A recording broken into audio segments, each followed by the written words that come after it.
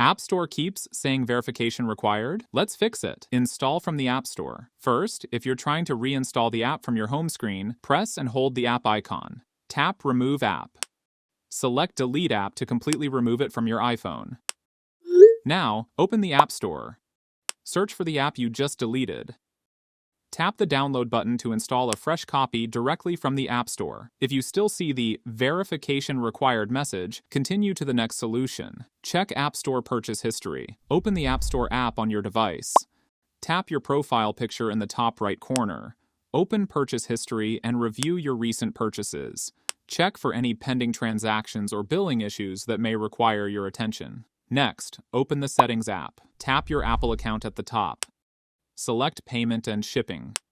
Make sure your payment method and billing information are correct and up to date. If your card has expired or there's an unpaid balance, update your payment details. Sign out and sign in again. Open the Settings app on your iPhone. Tap your Apple account at the top. Scroll all the way down and tap Sign Out. Follow the on-screen instructions to complete the sign-out process. Once you're signed out, then return to Settings and sign back in with your Apple account. Open the App Store and try downloading the app again. Hopefully, the verification required message is now gone, and that's it.